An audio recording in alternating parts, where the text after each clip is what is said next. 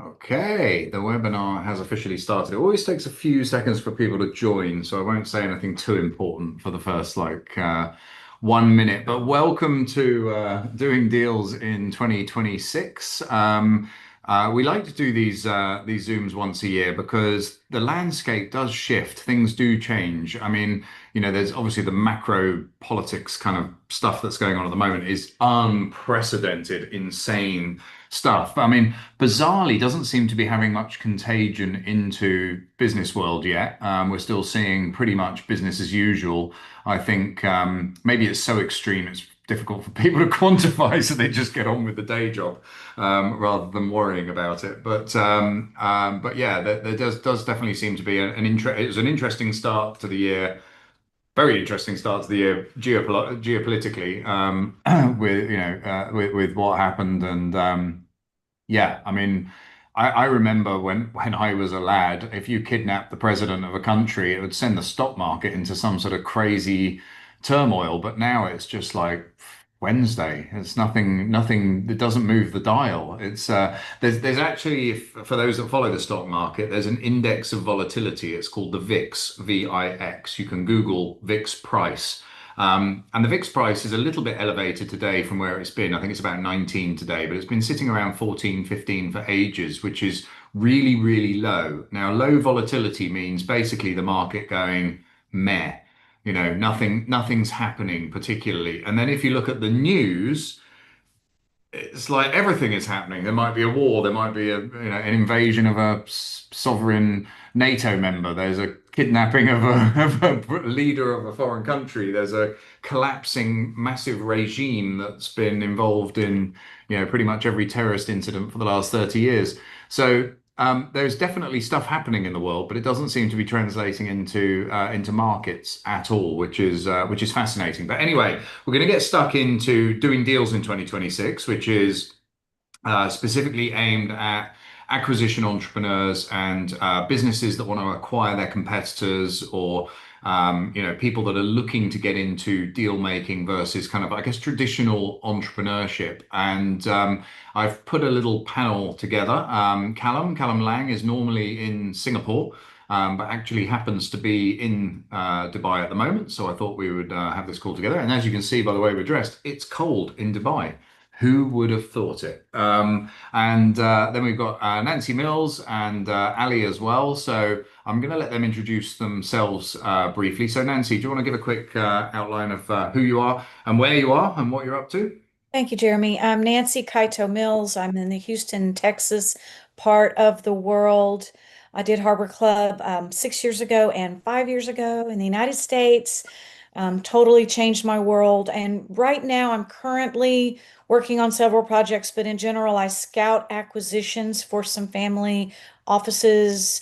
And I'm also in charge of client operations for mergers and acquisitions firm. Cool. Fantastic. And Ali. All right, thank you. So I actually met Nancy the first Harbor Club event we had in Miami back in the days. So it was the first one ever, and I remember Mr. Commissioner Laing here. We had met as well, so it was good. My background essentially is distressed companies. I worked with a lot of advisors, attorneys, turnaround distressed companies who have a lot of debt. I started the same process here in Canada as of last year, and we have a small multifamily office that runs investments alongside with our partners to see what deals are valid or make sense for us. And we love backing founders, people with skin in the game who want to invest, but don't really have the capital. So we provide the shortfall, get the financing in place, and do deals that just make sense. But that's pretty much our background. Yeah, fantastic. Nancy, you were at that first Miami event? Yes, Yeah. When was it? 2018 or 2019, or was it? Or 19. Yes. 19, yeah. I remember it was really good. We did one 2 months after because we sold out. I think we already had a few extra people in the room compared to what the capacity was supposed to be. But we rolled everybody else into another event like a couple of months later. It was really good fun. I loved it. Yeah, the energy was insane, wasn't it? It was really It really was. It was really lovely event. fantastic. And then COVID. Took the wind out Yeah. of everybody's sails. Yeah, I came to the LA one right when COVID was starting to be a thing. And Mm. I think everything shut down the month after. Well, yeah, and for me, it shut down that night. I flew back to Singapore. I landed at 11:50 p.m. and they closed Singapore at midnight. Whoa. So it was, yeah, last one in, turn out the lights, or whatever the expression would be. So, and Callum, just for everyone's benefit, I mean, I think the audience is a mixture of kind of Harbour clubbers who will obviously know exactly who you are, but there's probably some people in here who don't. So I'll let you just give a quick brief of yourself. Yeah, so Harbour Club way back in 100 years ago. Been Jeremy's partner for the last 10 years, and yeah, between us, we've taken 100 companies public. That's really where we focus on, and then yeah, various bits and pieces along the side to support that, various different businesses. Yeah, absolutely. And just another note, by the way, we want to keep this really interactive, and I know there's, quite a few of you out there. If you click on the chat icon at the bottom, it looks like two speech bubbles. So just click on there, and you can say hi to us. You can anything apart from soliciting for stuff. You can ask questions, whatever. Just stick in the chat, and we will either answer them live or answer them by text. Yeah, I think what's really interesting is when I started the Harbour Club originally. So look, I had bought and sold a bunch of companies myself. I had a company that had kind of plateaued in terms of growth, and people were trying to buy me. And I realized the people that were trying to buy me didn't really have any money and didn't really know what they were doing. And I kind of thought, well, I don't have any money and I don't know what I'm doing, so maybe I could be like them, and I could buy a company. And so I pivoted my conversations to instead of hunting for customers for my business. So instead of being a glorified salesperson, I started asking for businesses I could buy. And this opened up all sorts of interesting doors. I ended up doing lots of deals, which obviously, if you watch any of my kind of interviews or podcasts, you'll see lots of information about that. I don't want to rehash the origin story 1,000 times. But the long and short, I started the Harbour Club to help people or create a community that would do deals and learn from each other. And it took on a life of its own. And, we do on average a deal a month. For the last few months, it's been a little bit more than that. It's probably averaging close to 2 deals a month at the moment. And 80% of those come from Harbour Club, joint ventures and Harbour Club partnerships. So it's been an incredible deal making experience for me, but also the members inside the community. Last year, reported deals in revenue terms in the community were $980 million, so very close to $1 billion. I bet you if everybody reported, it was over $1 billion, but people tend to only some of the people actually report. We also occasionally measure exits. I think the last time was actually 2020, and there was about $77 million worth of exits in 2020 from the community. Again, people that declare their exits, and those were independently verified by an audit firm who called PKF. I think they're 17th largest auditor in the world, and they took all the bank statements and things from people just to audit those exit values. So we really are a community that gets stuff done. There's a lot of communities out there in various different topics, which I always describe as the kind of blind leading the blind, because you've got people that have never done deals creating communities of deal makers, and they can't really empathize or advise people properly because they're not in the weeds doing deals every day. I'm in the weeds doing deals every day, and so are the members of the community, and we're all sharing our wins and our learnings and our lessons. And I think when I started the Harbour Club, we had about 6 deal structures that we would talk about, and we now have 15. So much has evolved over the last couple of decades of building this community and working with people and sharing that information. So if anybody has questions or things that they would like to ask from any of the panel here about doing deals, about getting into M&A, about getting into acquisition entrepreneurship, or about just business things in general, do please reach out. I think one of the trends that we've seen is certainly around the desire for people to do something different. I think it's the economy seems to be okay, but I think there's an underlying liquidity squeeze. There's an underlying lack of money flowing between businesses. And I think some of that can be just people are gun shy because they think something bad is about to happen, so they slow down their spending.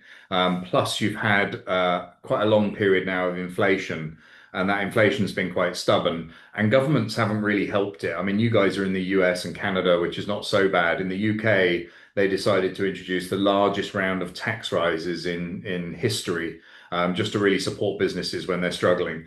And so that's had the knock-on effect of squeezing them from both ends. And so quite often, an M&A deal can be the way to solve that issue. So, if you have two businesses that are, breaking even, you can often put them together and get one business that makes profit. And so there's that's created a lot of market demand for consolidation in certain sectors where people have been squeezed, particularly businesses that hire a lot of people.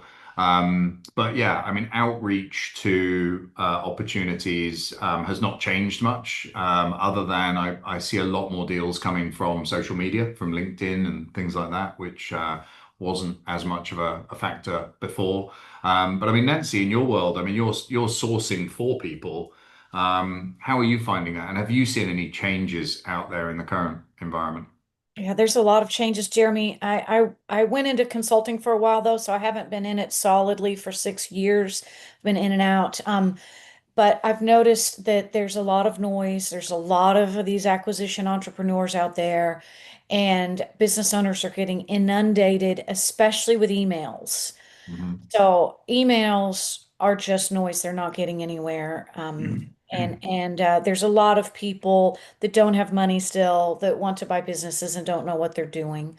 Mm, And so business owners don't know who to trust or where to turn or what's real. mm. Yeah, the story can often sound the same, even though the outcome is very different. So, when we say we've been going, 20 years and we've bought and sold thousands of companies, the charlatans all say exactly the same thing, whether or not they have, so it then becomes very difficult to fight through that noise. I mean, Yes, networking and personal relationships are still a great way, aren't they, of the finding, best way. The yeah. very best way. And now that I've just been hardcore in the ecosystem for so long, going to events for M&A, especially M&A events and exit planning, I've been really deep into exit planning consulting. The word gets around. So Houston, we're a big city, but we're a small community. And so Mm. I'm getting leads just from that, just from, being a subject matter expert on LinkedIn and then going to events. That's the best way. And talking You to know, friends and family. about 15 years ago, I bought a business in Kingwood. Oh, really? Yeah, yeah. So right in your backyard. Yes, the north So side there of we go. town. Yeah, yeah. Small world. I'm still a shareholder actually, but Oh, yeah, only a minor one. is that the But bank? it is. Yeah, yeah, yeah, Okay, yeah. cool. Ali, how are you finding it out there? What's changing at the moment, and how are you seeing the world? Yeah, so I do agree with Nancy. It's a lot more personalized. There is noise. People are always assuming that you're one of those other guys who wants to do deals in a very creative way, and like how you're going to rip them off or cheat them, without really realizing where you're coming from. I think the Mm, positioning does help. Nancy does come from posting a lot on LinkedIn. I see yourself, of course, doing M&As, AMA, sorry, alongside with, Mr. Lang here, who is sharing a lot about like public markets and stuff. Expertise does help, but unfortunately, we can't just shove expertise on business owners right away. I think it takes trust, and a lot of times that trust is a game of patience. Unless you're willing to like write it out and like determine your own underwriting criteria, like what kind of business I want and what type of things I'm comfortable putting up, and how much time I'm willing to commit. I think people give up too quickly, so they don't see yield, and then they just jump onto the next thing. So mm, really, it's relationships on business owners, like with business owners on a personal level, it takes time. Like you can't rush that. And so the more authentic you are and like in a problem solving approach with that level of expertise, specifically, with distress, I talk to accountants all the time, how to fix their numbers. And it's not the most pleasant thing in the world. But when you talk and you're kind of describing the balance sheet and like saying you should probably do this or that and make recommendations, it comes off. I would assume the same for Nancy's exit planning strategy, kind of figuring out game plans to help business owners alleviate that level of stress. But it's a game of patience. And for sure, we're competing against a lot of noise, unfortunately, So there's a lot of new groups coming out every so often. So it's painful. Yeah, I mean, the advice I'm often giving people, because I think people get obsessed with this idea of hunting for a deal. And I always just say, just speak to business owners who own the kind of businesses that you'd like to own. That's the only goal, is because once you've started a dialogue with them and you're in there, you're kind of in the sphere of influence then, and you can, keep in touch with them on WhatsApp and you can ring them whenever you want. And that then is the start of that journey to kind of, narrowing down the ones that are going to turn into deals. I mean, Callum, you're more in capital markets stuff and speaking to people about that. Have you seen, I mean, what's going on there? Are you seeing much change in 2026 versus other times, or? Yeah, I think there's quite a lot of excitement about there's sort of an expectation that quite a few big companies are going to go public again this year, and that's after a few years of it being quite quiet. But I think so many people have been burnt from new listings. I mean, globally, I think in the last 10 years, 70% of all new listings or 68% of all new listings have gone backwards. In terms of, they might have a spike on day one and then everyone starts selling from internal. And I think people in the market have got very shy because of that. And there's so many other options available to them. But yeah, I think I agree with both Nancy and Ali on, there is a lot of noise out there. I mean, I had a conversation just recently. Do you remember about 5 years ago, searcher funds became like, I don't know what, something happened on Twitter or something, and suddenly every MBA decided that they were going to go out and buy these small companies. And I always used to say, any idiot can buy themselves a domain and call themselves an entrepreneur. And it then seemed like any idiot could go out and call themselves a searcher fund. And lots of these people ended up buying small businesses and then realized that they had to run them and didn't really have a plan B or know what came next. And I was talking about this recently. They've all disappeared. Nobody's talking about it anymore. Yeah, so Got stuck with for people not familiar, the search fund model was basically, I mean, look, when we're buying a company, we create an SPV. It's the first thing you do. You create a small a company that's going to be the legal entity, the acquiring entity, and it's really the name you stick on the contract. It's the contracting party. But what a search fund does is it uses that SPV to raise a little bit of money, so that it has some kind of gas in the tank to go out and look for a deal. And so what happens is people go to they call it the three Fs, the friends, family, and fools. And they raise a little bit of money into this thing, and then they go out looking for a deal. Now, because they've done an MBA and they studied how Anheuser-Busch bought the largest brewer in the world, they're looking at it through this very corporate lens. And of course, every time they look at a small business, it scares them to death because there's never anything, there's never a small business that's like 100% right. And they don't want to blow Aunt Nellie's money on the wrong deal and then have to explain why the money's not there anymore. So you just have these busy fools basically who are, stuck in this kind of analysis paralysis and never get anything done. Or if they do, it's actually worse when they do, because what was happening was that they would find a business, they would buy it, give the owner the money, who would then disappear, and then they would see all the things that were wrong with this business because they could now apply what they'd learned in MBA and put in these systems and processes and stuff. Meanwhile, all the staff left, all the clients left, and then just kind of ended up holding a shell that wasn't worth anything. Yeah. And I mean, look, when we find things that are wrong with businesses, that's our leverage to position the deal in a way that makes the risk asymmetric. Ultimately what you're looking to do is not commit lots of capital in the transaction and make sure that the risk is well balanced on their side and not so well balanced on your side. And ultimately they've built this business, so they're the ones that know if it will work or not going forwards. So you shouldn't be taking tons of risk on this incredibly volatile asset anyway. So it makes sense that they share, a proportion of the risk with you, and then get their upside from that. So whenever we find these things like 80% of the business comes from one client, or whatever it is that you find in these small businesses, that's our reason to say, well, we're not going to be able to give you loads of money up front for this. We're going to have to structure a deal over time that meets everybody's needs. And so it's really about leveraging those issues instead of running away from those issues, or figuring out how you can still give them all this money despite those issues. It's amazing. People come to me all the time and go, "Oh, I found a deal, but it's not really one of your deals," because they want all the money up front. And the key word there is want. Everybody wants the money up front. I want the money up front, you know. So it's that doesn't mean you're going to get it, and it doesn't mean that that's what the market will bear. And you know, it really is a buyer's market out there. But I mean, Nancy, have you got anything that you're working on right now that would be kind of relevant to that? Yes, and just to your point, you know, there's a lot of deals still out there, and what I like people to understand is that there's so many buyers. There's buyers with money that would put good money down.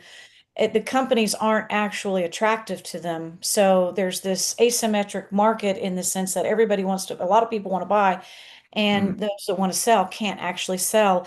But I did distress deals when I first got out of Harbor Club. Those were the easy ones because they were like, please take this off my hands or please help me. And I realized they're a ton of work. You know, you could really spend a lot of time and it's psychologically satisfying. But getting him over that hump and into non-distressed really does take a lot of effort. And so I've been turning down a lot of opportunities that other people might call opportunities because I don't want to work that hard right now. mm, But for example, something is falling onto my lap just from being out there and from people knowing me and asking my advice. Friends of friends have a company. They fabricate gauges for tanks. So it's like liquid tank gauges for oil and gas or any kind of liquid. And they have some really neat technology, and it's a super hairy deal about this Israeli company that has a part ownership, and but the owner is failing in his health. And first they wanted $900,000 from my friends, and they were going to do some seller financing. And same holds true though, Jeremy, since you've been teaching it. The CPAs and the lawyers love to kill the deals, even when the seller wants to do it. The lawyer wants to prove their worth and show that they're tougher than everybody. And so, luckily, the lawyer killed that deal 8 or 9 months ago. Luckily, because it's so hairy, like my friends shouldn't have put any money into it. And now they just rang them up and said, "Hey, can you just take this? Can you just take it? We mm. don't want it anymore." Yeah, I met the M&A partner of a very large, very well-known law firm. I'm not going to name them because they're a very large, very well-known law firm. But I met the partner in charge of M&A, and I said, "Oh, who's your ideal client?" Thinking maybe someone will come across my desk that I can pass to him and be of some value and make make a powerful friend. And he said, "Oh, the deal that takes 2 years and never closes." Because they get all their fees and no professional indemnity risk. So, and he might have been half joking over a glass of wine, but there's many a true word spoken in jest, eh?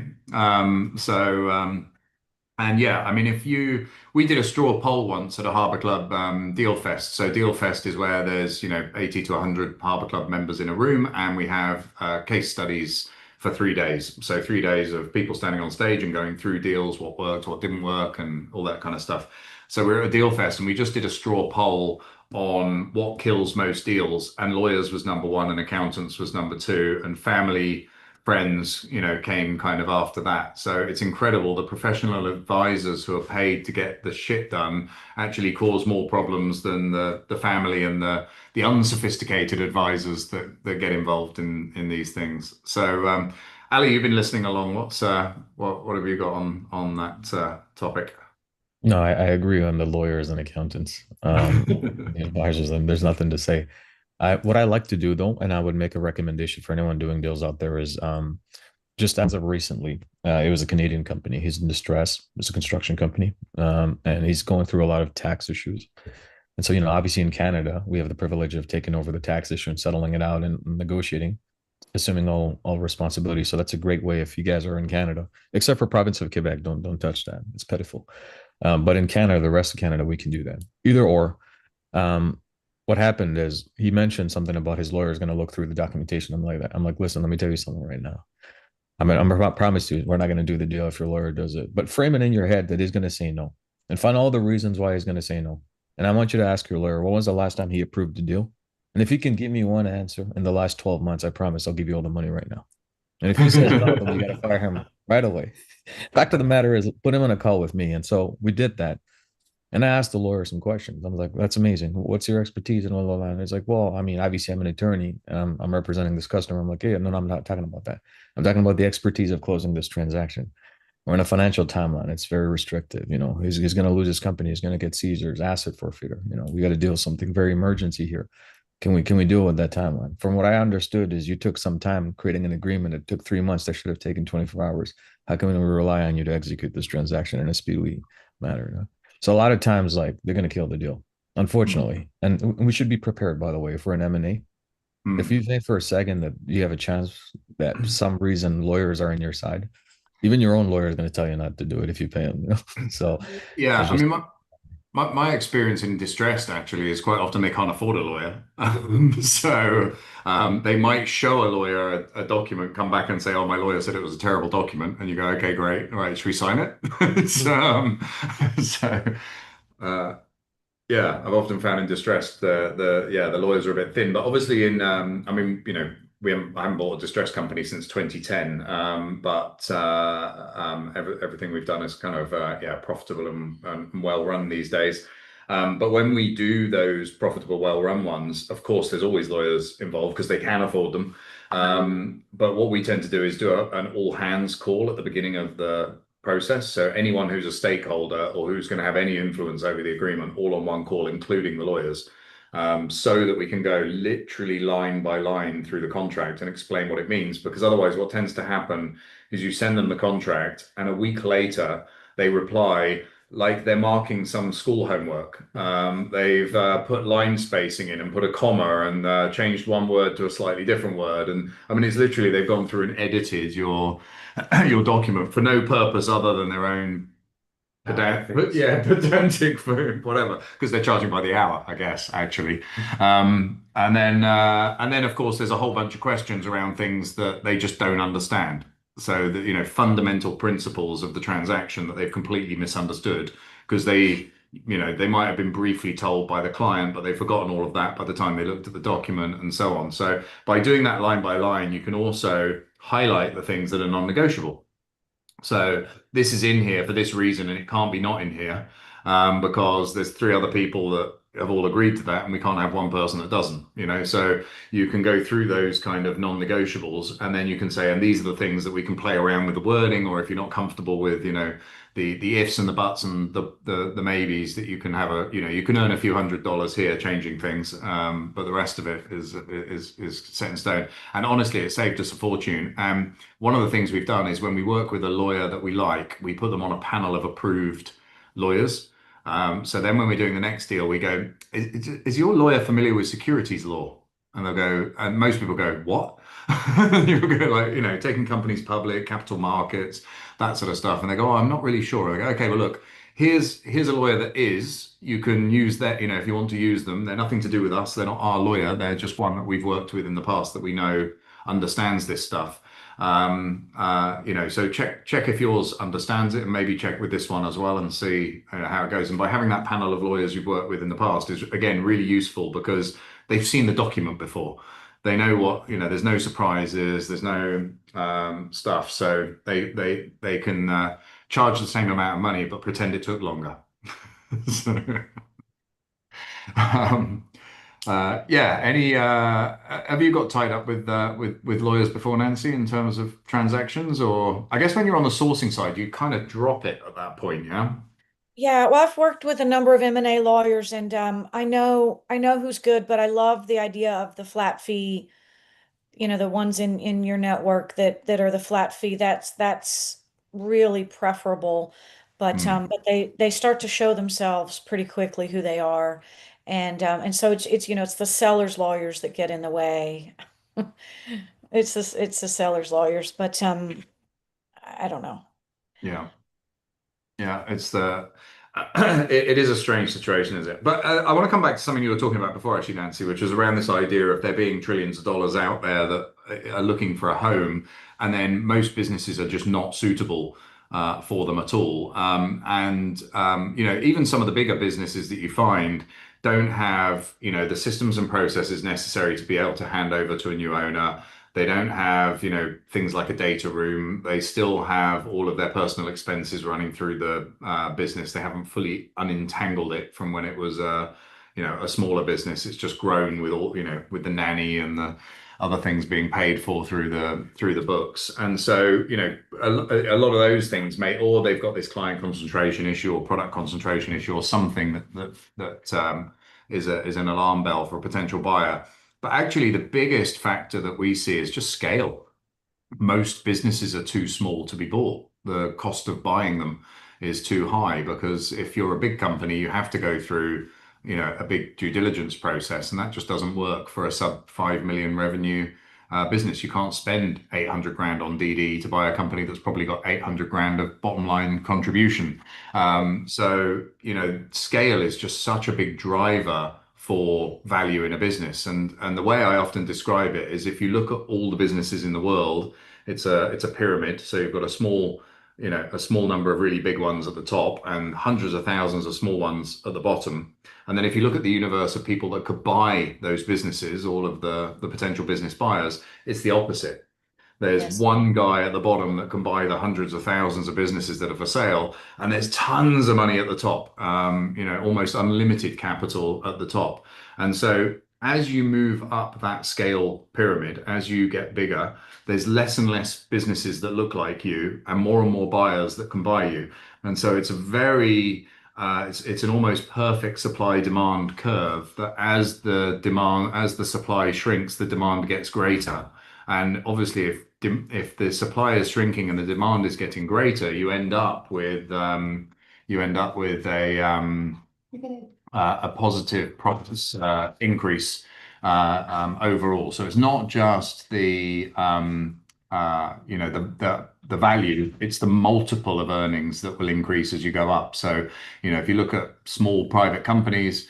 They could be 1 times earnings or 2 times earnings, whereas you look at a bit further up that pyramid, they're getting into 5, 6 times earnings, and towards the top of the pyramid, they're probably 10, 12 times earnings. And yet the fundamentals of those businesses are very similar, apart from the scale and therefore the audience of potential buyers that come looking for them. So it's a really interesting thing. And this is why, if you look in the community, so many people are doing roll-ups. Roll-ups are de rigueur at the moment because you move up the scale pyramid. And of course, we've already talked about the fact that when the market is tight, putting businesses together is a great way of breaking through glass ceilings and creating more profit.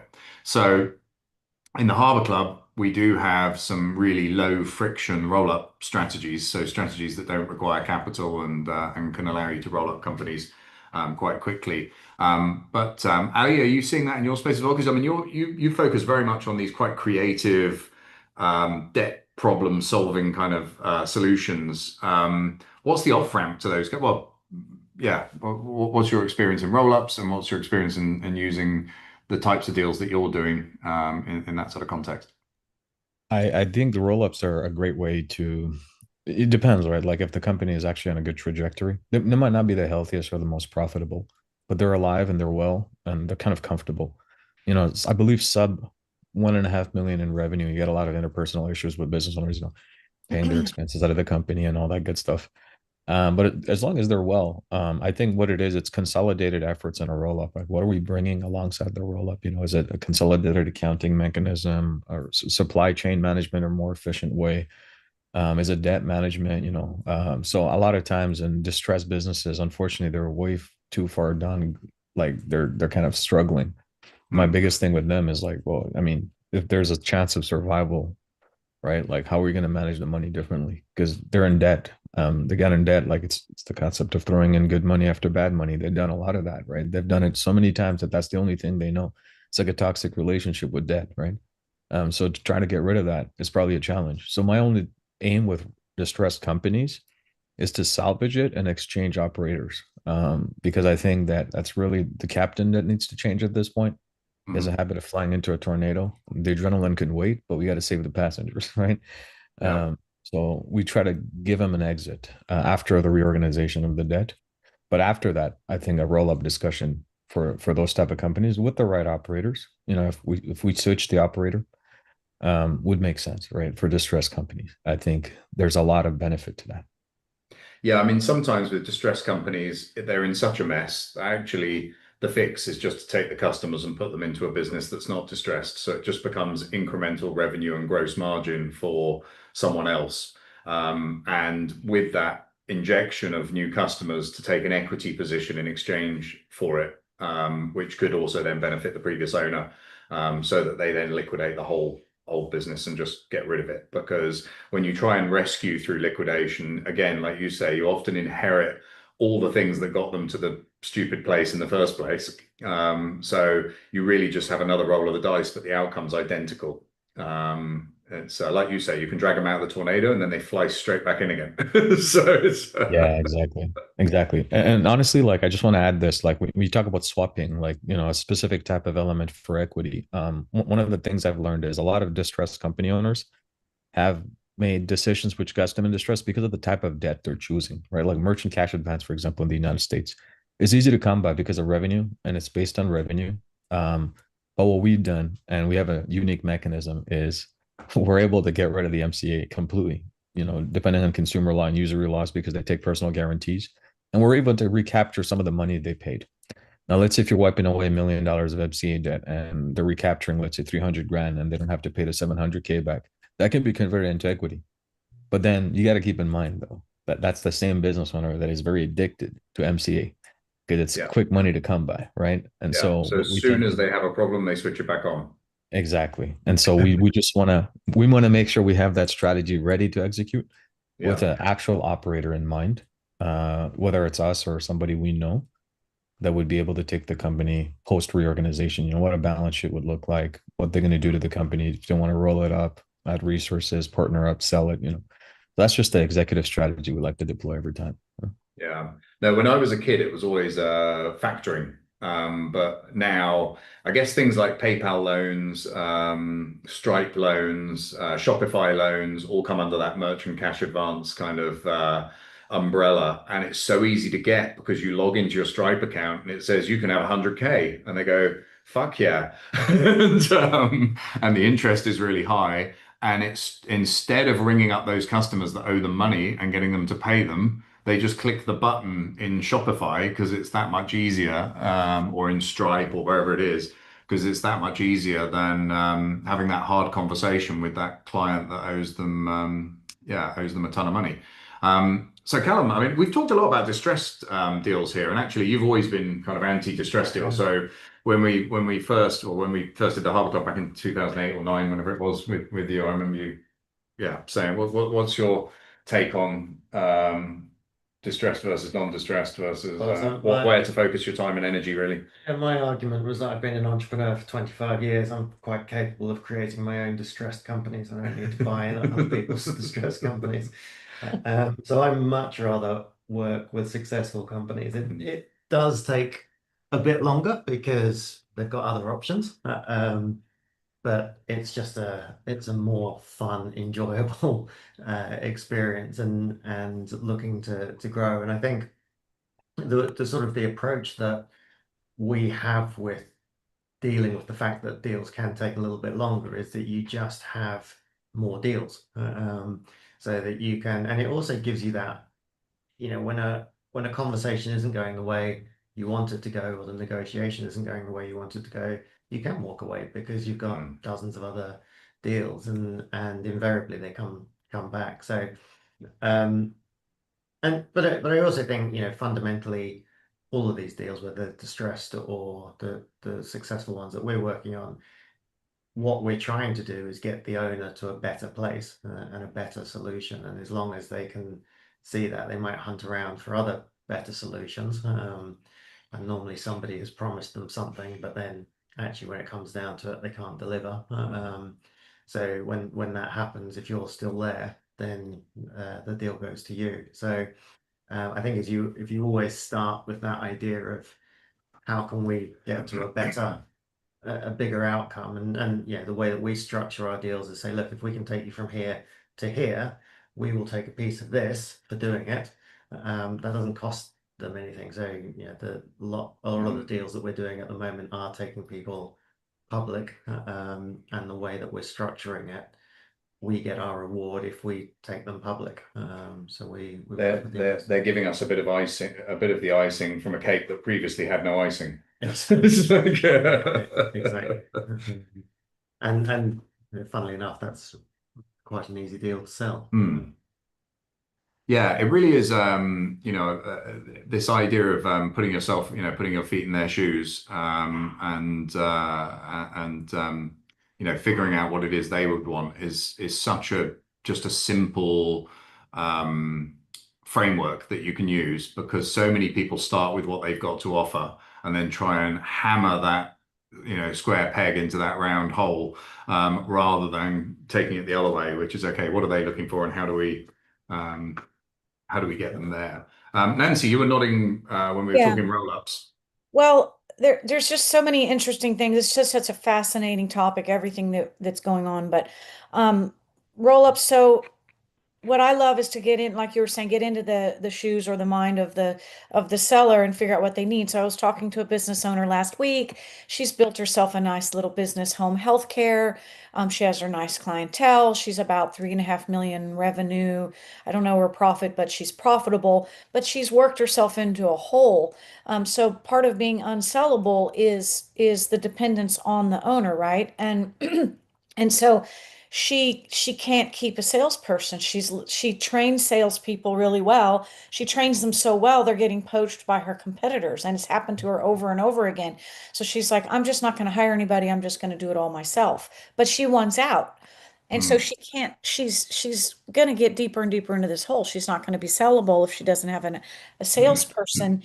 And she doesn't want to give up any control. So I was talking to her about I didn't call it a roll up, but the theory of merging with an equal, that she could be bigger and and command a higher multiple upon a sale and get to where she wants to go quicker, but she doesn't want to give up control. So her ideal situation, I believe, would be a strategic kind of a roll up where she finds an equal or a competitor in another part of the Texas market, and they have a good salesperson, but the owner doesn't really care about leading it because she is a visionary leader. And so that would be an option. And then another thing I just wanted to mention is when we talk about distress, there's financial distress, of course, which we all don't want to be a part of, but there's psychological distress. So what I've been coming across a lot of is two owners, especially those husband and wife owners. One wants to sell, one doesn't want to sell. And a really interesting case, this company in Dallas Fort Worth area, the man has it made, right? It's an electrical contracting company, which is really hot, of course, for these past couple of years. Everybody wants to buy electrical contracting companies. The wife lives in the office, Jeremy. She sleeps on a cot. She's there all the time running the business. The husband is on their ranch hunting and fishing, taking clients out hunting and fishing. Of course, he doesn't want to sell. We found him multiple buyers that got to the number that he said he wanted, and then he backed out at the last minute. He's like, no. He realized he has to pay taxes. And what would she do? He's thinking of her. No, they were like, we need to sell to save our marriage. And he, You know what? we know the value of his marriage is $500,000. I bought a business 15 years ago for a dollar, to save a marriage. It was a husband and wife team. The business was stressing them out. It was causing all their arguments. I bought it for a dollar so they could both just walk away and go back to doing something else. And it was a great business. It was an e-commerce business doing 1.2 million a year. It had 200 grand's worth of stock in the warehouse. They just wanted it, all the stress to go away, and they didn't want to go through a 9-month M&A process with somebody that would potentially, drag out this problem. Their marriage was more important. So I was able to, while other people were pissing around saying how much DD they wanted to do, I could see the nub of the problem and focused on solving that problem, which is let's get you home together without the business, and was able to I was able to do that. So yeah, no, that's really fascinating. And yeah, do you know what? I was actually saying to my wife this morning about arguments between business owners because there's a one that's come up recently where one business owner's kind of run off with a load of money. There's a big, falling out over the whole thing. And I said, I've been around this so many times, and what's interesting is you can speak to both sides, and they both have a perfect rational explanation for their behavior and why the other person is a total charlatan, a disaster. And in their minds, they're both certain they're right. It's not that one is a bit dodgy and they've taken advantage of the other. They have this deep certainty that they're both in the right. And yet something has obviously happened that's not right.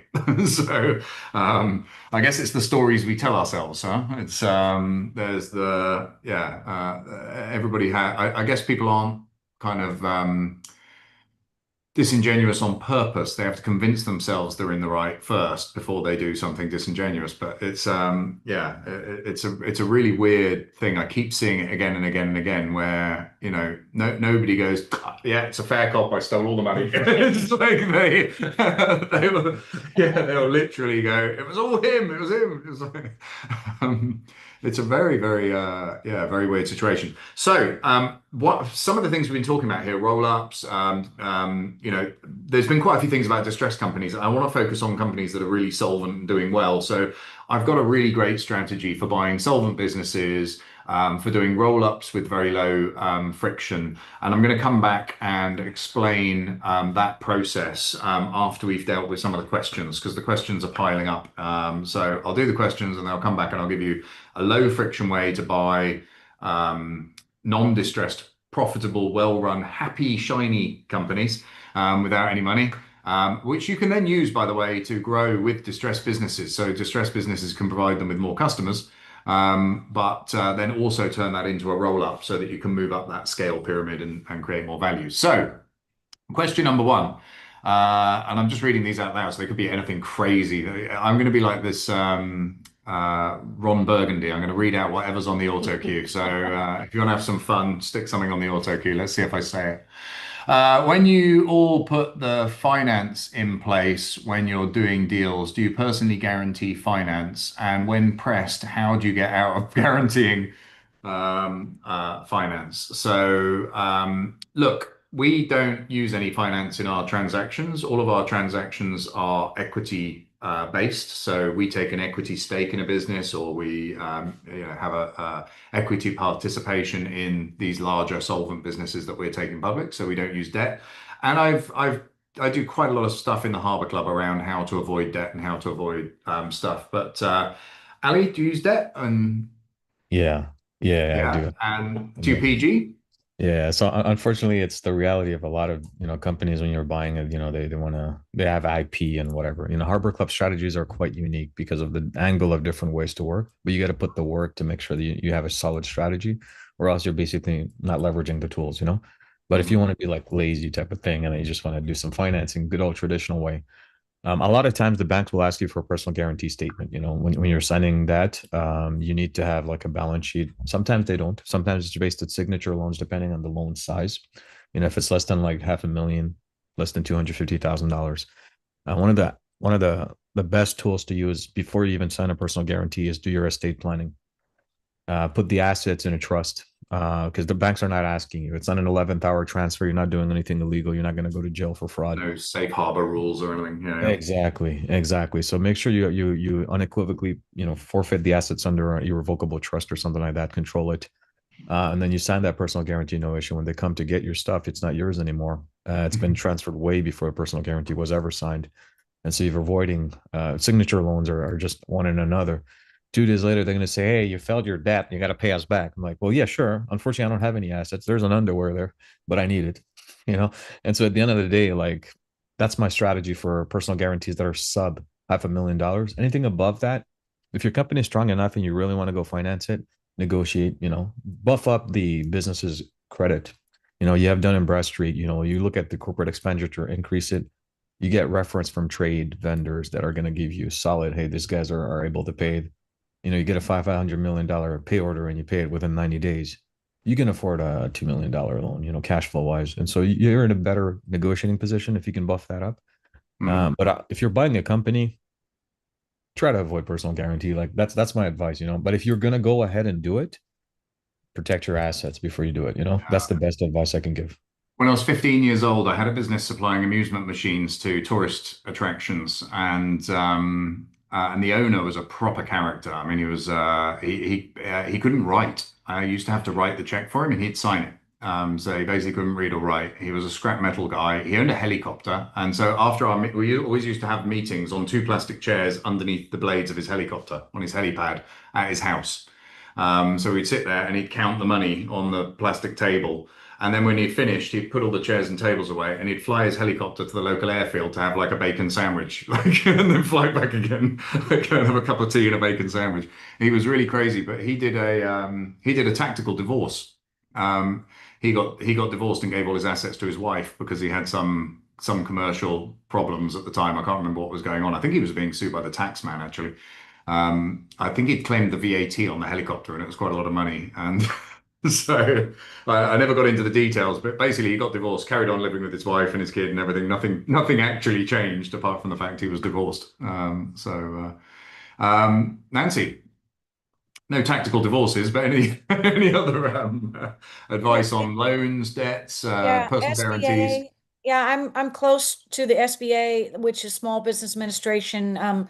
They make loans traditionally for people to buy companies. There's been a lot of changes in this world. I know a lot of the lenders, but I always tell people I don't recommend an SBA loan. There's always a PG, a personal guarantee required. And now I believe that even somebody that wants to take 5% of a business, they have to guarantee 100% with their personal guarantee. So any Yeah, shareholders it used to be plus over 20%, didn't it? I know they've that's really tightened up the 5%. rules. Yeah, I don't have that straight from the horse's mouth, but this is what I've been told on the street, and I think that's ridiculous. yeah, And plus there's a long delay. Then there's SBA lenders that say, "Well, we're going to turn it around in a month. I have a special connection, in Washington." And it's always a lie. They don't happen any quicker. They're super slow. It's to be avoided. There's family offices.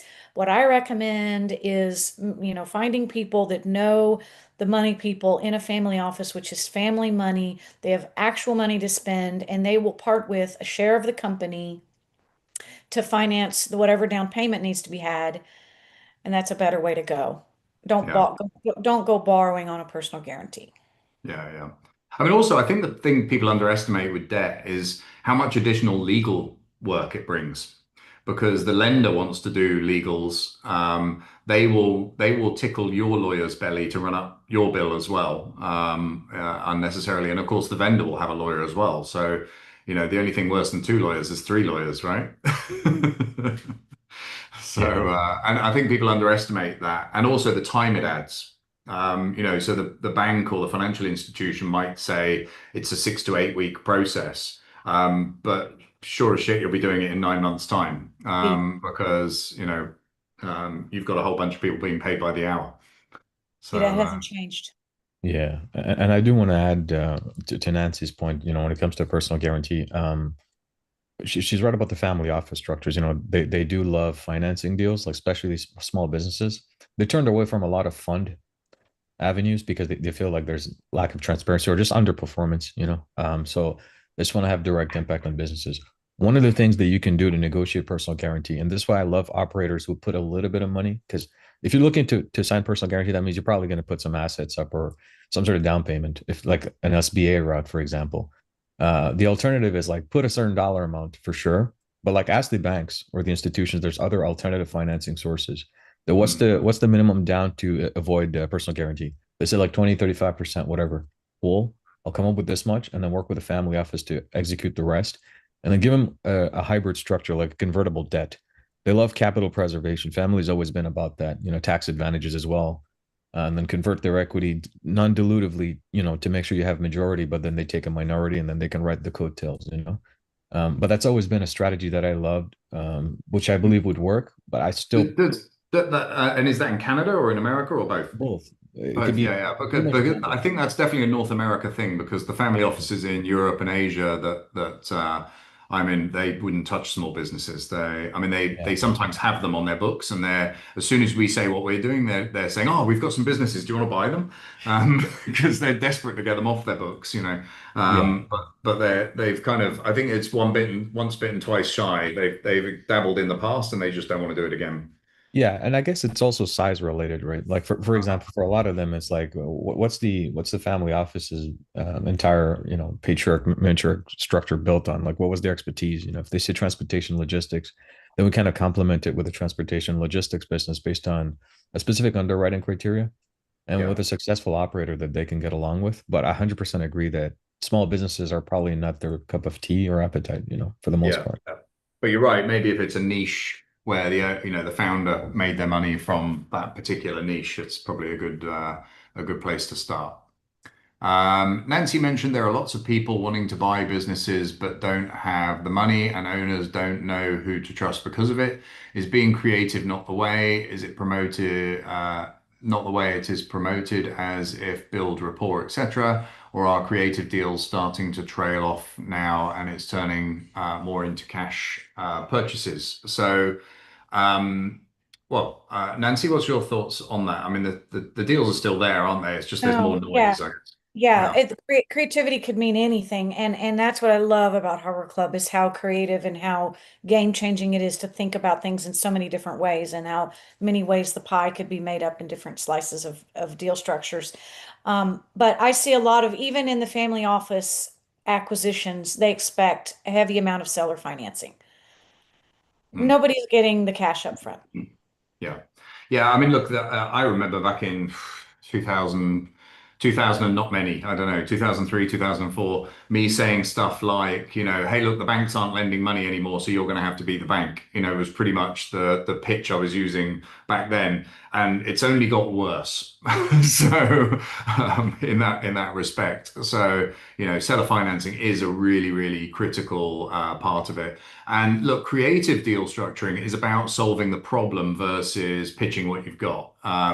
And this is, I think, where you can shine through the noise because you can actually come to them with something that solves the problem instead of trying to hammer that square peg into that round Yeah. hole. We need creativity more than ever and Yeah, listening. absolutely. There is something that I've noticed in this period following the materials on the Harbour Club app, and it's mostly that the material is suggesting distressed companies since my past experience is family business, and my idea is not distressed. My question is, in reality, perhaps no money up front is more distressed. No, not at all, actually. So the 15 deal structures that we go through in the Harbour Club, three of them are distressed approaches, and 12 of them are for solvent, profitable businesses. One of those is leverage, so borrowing money. So if you want to park that to one side, then there's 11 left that are for acquiring profitable, well-run, normal businesses. I mean, look, my everyday deal is setting up a new SPV, acquiring a well-established, profitable, debt-free company, using equity in that SPV, and then we take that vehicle public. And that's a no money down transaction. It's profitable, well-run businesses. I was about to say debt-free, but often they're not. But they have bits of debt, but not debt-ridden, I guess, is the key. Businesses. And there's actually, I promised you a deal structure later on, so I'll give you that deal structure later on. Vincenzo, who's asking the question, you already know this one because you've done the Harbour Club, but for the people that haven't, it'll be something new. Somebody's saying, where do you find these distressed companies? Having just said we're not looking for distressed companies, but we look when you're positioned in your industry, people will start coming to you. But to get positioned in your industry, you need to start looking at deals in that industry, and the best advertising is success. If you do a deal, if you buy a widget manufacturer, you're catnip to all the other widget manufacturers. You'll then find it way, way easier to find those other businesses. And so, doing that first deal in that space or having a company already in a particular space is a massive advantage in terms of them reaching out and speaking to others. But generally, sourcing wise, I would say 8 out of 10 of the deals that I do come from people bringing them to me. So just the network that I've created over the last 30 odd years of doing deals.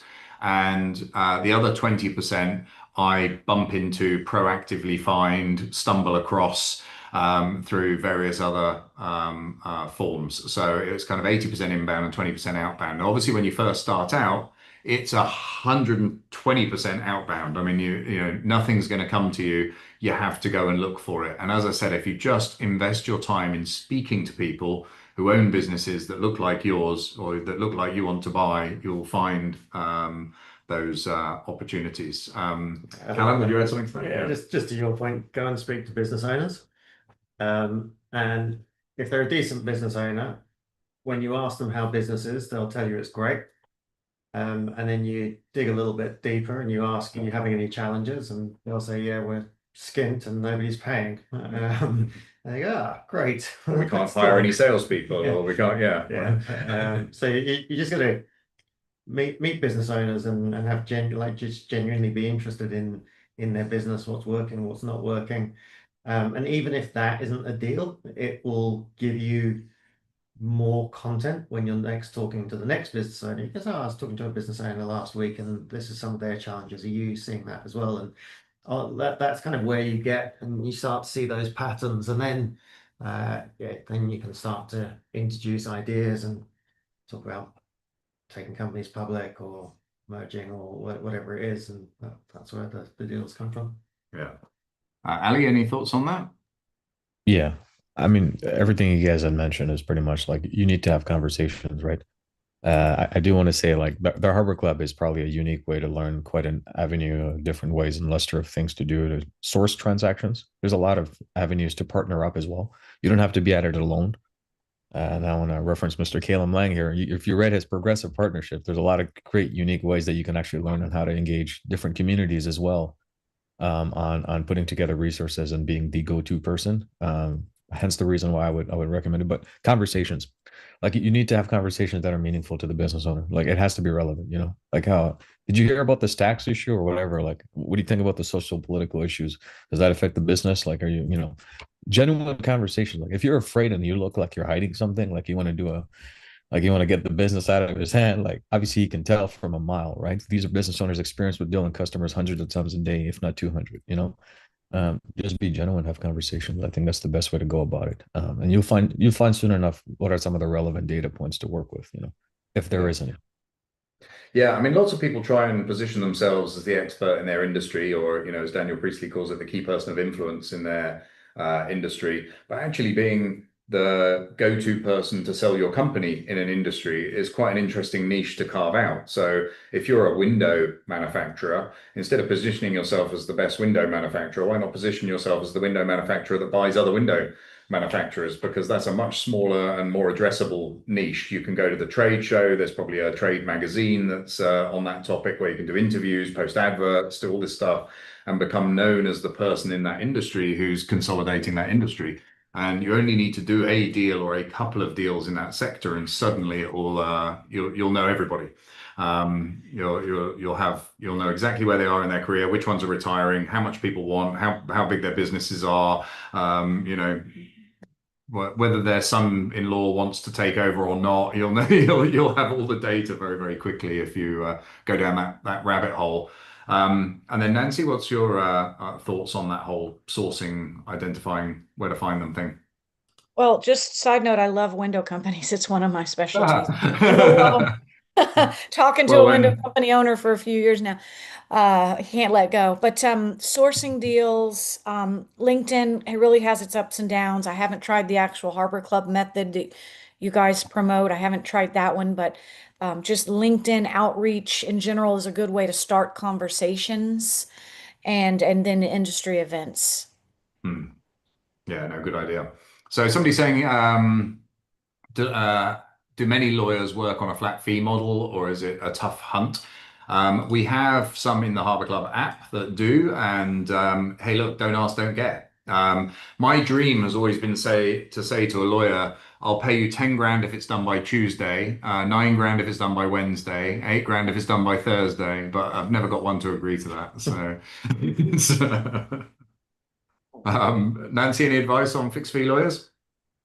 I haven't found one either. I thought that there were some in the network, but Yeah, there's a couple. There's a couple. I know. I can think of two in the UK. I'm guessing there must be in the US, but I haven't got one in mind. the thing is that everybody wants to use their own lawyer. And Hmm. so I have strong cautions against partnerships and going in on things because if I was doing it all myself, I would choose that flat fee lawyer. But if Hmm. I'm going in with someone else, like the friend or the friend of the friend, they're like, no, we got to use so and so. Hmm. Yeah. That's Ali, any usually advice on that? I mean, how do you do legals in your and the deals? ones I did right after Harbor Club, I was able to do without any lawyers using your Yeah, templates. just yeah, And back that's the back of an fun envelope. way Yeah. because it's Well, when so you're not friendly. committing, a lot of capital to the deal, then there's not a lot of risk in terms of, yeah, how you structure it. So, yeah, if you feel competent and confident, go for it. If you don't feel competent or confident, definitely don't do it yourself. So, is always my advice. But ChatGPT. yeah, ChatGPT. Well, I don't know. They're not allowed to answer no more Not legal. I legal, mean, not legal advice. we had a great case study at one of the deal fests about somebody that used ChatGPT as their stalking horse consultant throughout a transaction. So, they said, "Oh, have you got any experience in this industry?" And they said, "No, but we've hired a consulting firm that's an expert in the industry." And he would say, "Let me go and speak to the consultant." Then he'd come back with some questions, and it was ChatGPT the whole way through the process. And he ended up buying the company just using ChatGPT to ask the questions and give the answers to the various points as he went through. So maybe it's the future of M&A. Yeah, but for legal, I would strongly recommend a human. It's great for actually creating the draft or helping with the draft kind of outline, kind of a starting point that you can then edit and change. People that have done the Harbour Club will know I've got my 5 favorite clauses to put in, and of course, ChatGPT would never come up with those, so you need to stick those in. But to give you that bare bones of a document, something to start with, it actually occasionally has surprised me by things it's thought of that I hadn't. So yeah, I do quite like it. But, sorry, Ali, we were about to start on you. No, no, it's fine. But lawyers are, I mean, it depends on the size of the deal, right? Like, do we really want to invest resources on a middle-sized deal? It has to be worth our while, Like, for example, if it's like 5 million or up or north, and we're start dabbling into it, maybe like retain an attorney. One of the things I like doing with opposing attorneys is if they present the customer, and this is based on distress experience. Yeah, don't try this at home type of situation, but if you really want to, you can. Create yourself a Pacer account. It's really not that complicated. It's public records. And then what I would do is like I'd look at the attorney where he's from, check out the bar association, put that name on. If that attorney that is representing the customer has some administrative penalties for doing flunky stuff, right, or malicious prosecution, or hey, Definitely hire them. exactly, exactly. Explain to me this case law. How come you failed this one? Then I question the lawyers, and then they're like, "Well, I'm like, okay, so listen, I'm here to do a deal, not really question your integrity or your failure to protect your customers, but we get a deal done, right?" The other side of it is like, don't think about attorneys right away. Like, if you're gonna get a lawyer, honestly, like just focus on making sure that the attorney is actually doing some progressive work to get you in the business, right? Like, don't do it for due diligence. Due diligence you can do. Generally speaking, if the business owner is honest, you can ask him the right questions. Like, hey, how come this is not, like if you're shy to ask questions to a business owner, you're gonna be shy to do the business. Like, you Yeah. gotta, you gotta represent yourself sometimes. Yeah, I mean, look, one of my kind of go-tos, or used to be, I haven't done this for a long time, but one of my go-tos is always, heavy deferred payments and then warranties. So get them to promise you the things that are real in their business, and it's tied to the deferred payment. So if what they've told you is not true, they're not going to get the payment in the future. And their biggest fear is always, what if you don't pay me? And it's always this like, what if you don't pay me? What if you don't pay me? What if you don't pay me? In those situations, you really need to flip that back onto them and make it their problem. The only reason I'm not going to pay you is if you've sold me a shit business that doesn't do what you said it's going to do. And the fact you keep asking me that question is giving me serious concerns here that you're trying to fob something off on me that you want me to guarantee it's going to make this money in the future because you don't think it's really going to. And you then get them into a position where they're defending the ability of this business to be able to afford the deferred payments instead of arguing that you can't afford to pay the deferred payments. So it's a really good way to, yeah, switch it around. Yeah. I would like to add a little anecdote, though, that a lawyer, a paid by the hour lawyer that I know here in Houston, did prove his worth. He doesn't come from Harbor Club. He's just a traditional guy, but he earned his respect in many ways from me. And one thing that happened is it was a company that had some questionable liabilities, and the sellers were hell bent on selling the stock instead of the assets. And the common wisdom here in the States, anyway, is buy the assets because you're not buying the liabilities that come from some skeletons in the closet. Even if you believe the sellers are telling you the truth, there's no skeletons, they might not see them. There could be lawsuits that come later from actions they took. But that seemed to be the only thing in the way of getting this deal done, that they were so like, no, we're selling the stock. We insist on that. The lawyer said, okay, what if we just structure it where the actual transfer doesn't happen until the statute of limitations is over? So I thought 6 years later. I thought that was pretty, I think it was 2 years in this case. I thought that was Okay. pretty smart. I, Hmm. I wouldn't have ever thought of that. I don't think Yeah. ChatGPT would have thought of that. Yeah. Yeah. Yeah. We can Well, take it ChatGPT over. will if we tell it. But, yeah. Right, But no, right. yeah, no, that's a good idea. So this is obviously an Ali question. How does rollover work in Canada in relation to lifetime capital gains exemption? Would rollover create tax payment if shares are sold later? Yeah, so like the Canada Revenue Agency, unfortunately, is gonna there's not really any specific ways to do it. If you have a company that you're trying to exit and you have a buyer, there's ways to kind of pivot away from capital gains and you can take the full cash. But that's an expert tax related thing. Our team will be able to kind of answer that for you. I'm not an accountant. But I know we've done it in the past, right? Yeah. One of the things the CRA will do though, there's something called the director's liability clause in the CRA, which is if you have only any owing sales taxes during the period of exit, you want to give it a buffer of 9 to 12 months as you're selling, to ensure that you don't have any back taxes or anything, where the CRA just comes and starts auditing randomly.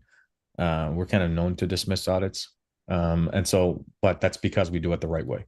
It's very difficult to dismiss it if you screwed up, for example, by trying to sell a transaction too eagerly and you haven't really planned your taxes effectively. Capital gains is something you cannot avoid unless structured properly. But yeah, that's a tax related question. We'd be happy to answer, at another relevant point if we're able to connect whoever asked that question. Yeah. But yeah, for sure, it's possible. Yeah, perfect. Thank you. So that was the questions in the Q&A. We're now going to go to the questions in the chat. In the meantime, just to let you know, we do have a virtual event next week, an event in London in March, and an event in Boston, Massachusetts in April. I have to say Boston, Massachusetts, because if there's anyone from the UK here, there is a Boston in Lancashire. So we don't want people turning up to the wrong hotel. But yeah, Boston in the US, where Harvard is, and MIT, and all those people. So, and the Lobster. So yeah, if you'd like to come along to any of those, just go to bookhc.com/webinar and book a time to speak to one of our team.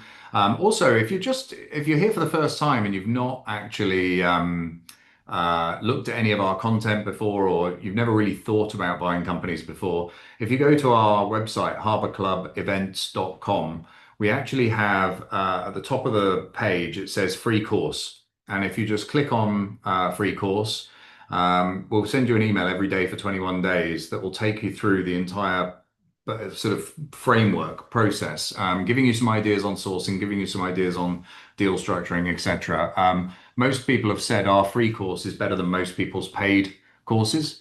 So yeah, it's well worth doing as a just to see whether this is something you want to do. So I'll dive into the questions. There is a poll that's come up on my screen, so you can answer where you are right now in the business buying journey. So maybe you're brand new, maybe you're looking at your first deal, maybe you've done one or two deals already. So yeah, it'd be great to know who's in the room.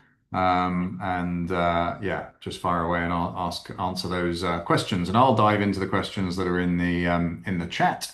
Hello all, thank you for putting this on. Have recommended to some of my business partners based on very good experience with the Harbour Club, doing a number of deals directly from it. Thank you, Will. That's appreciated. Um, Hi everyone, old and new. I'm from North Hertfordshire in the UK. I've been on the Harbour Club for over a year, working on some roll-ups currently, which will be taking public. Hopefully you'll be working with me on taking those public, but you don't have to, of course, but it'd be very nice to be working with you, Palm. And working with a few others in the Harbour Club to create some groups. Fantastic. Have you noticed any particular, there we go, into the questions. All right, have you noticed any particular types of businesses responding better to outreach despite saturation? Yeah, so look, I mean, I haven't noticed saturation, but as I said, I've got a lot of inbound inquiries coming in. But I do speak to Harbour Clubbers all the time about deals that they've done. And I would say that the majority of deals I speak to are in the business services arena. So not so much retail or manufacturing or stuff like that. I mean, they come up occasionally, but I would say well over half are business services companies. And I think that's because they're a little bit asset light, so they don't suit LBO purchasers. Yeah, there's more of them, I guess. And the other thing that I've noticed, I think, is there's probably a slight weighting towards blue collar business services. So of that big percentage that's business services, probably a little over half of them are blue collar. So maybe a cleaning company, an engineering company, an air conditioning company, an HVAC company. Those kind of things seem to have a lot of prevalence. And I'm guessing that's because they're responding to outreach more. I think also with a lot of those blue collar ones, they're a little bit less sophisticated, so they don't tend to have perhaps all their systems digitized or all their stuff in the cloud, or they're not set up particularly well to be able to transfer simply to somebody else. So that probably even narrows their raft of potential buyers. Callum, is there a industry or type of business that you notice more of?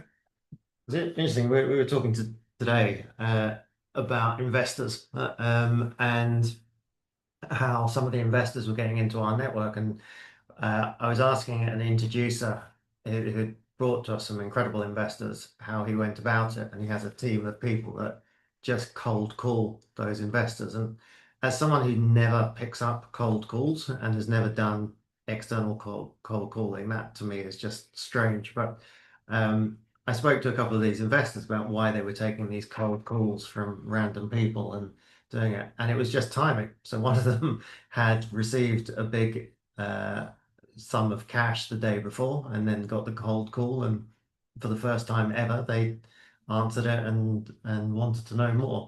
They were still drunk, yeah.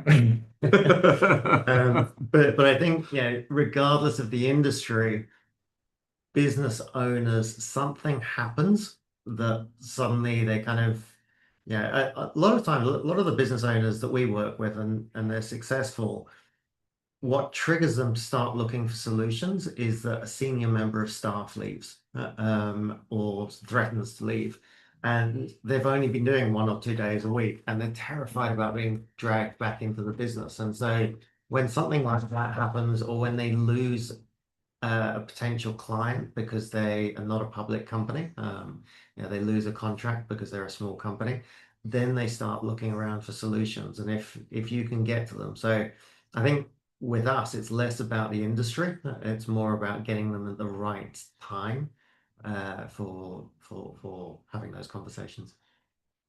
Yeah, absolutely. Nancy? Timing is everything. Hmm. Timing is absolutely everything. They might not have been ready last month, and then all of a sudden they're ready. Yeah. And is there an industry that you're seeing more happening? I mean, you mentioned Windows. All about Windows. It's all about I the happen Windows. to love Windows. Transparency, like it, when one window opens, another one closes. Yes. Well, I just have knowledge of the industry, That's doors, isn't it? but those, Jeremy, 6 years ago, you were talking about blue collar, unsexy businesses, and you were the only one talking about that. Everybody wanted IT and whatever else was considered glamorous software. But But now it seems like, at least in the United States, especially in my part of the United States, it's all about the blue collar services, the Yeah. AC companies, the electrical contractors, the janitorial, commercial janitorial. And they're getting inundated, so it's Mm. considered sexy now. It's strange. So Yeah, I try to go against and the, in I mean, look, the UK and the US are great places for doing deals. I mean, you can do, I mean, we have Harbour Club members all over the world doing deals, but the UK and the US, I mean, the US just has scale. There's so many businesses, it's unreal. I mean, if you had a swimming pool business in the UK doing 50 million pounds, you'd be a national company that is the biggest swimming pool, company in the UK. I spoke to a swimming pool installer in Houston. And I said, so, and they were doing $50 million a year. And I said, what area do you cover? And they said, East Houston. yeah.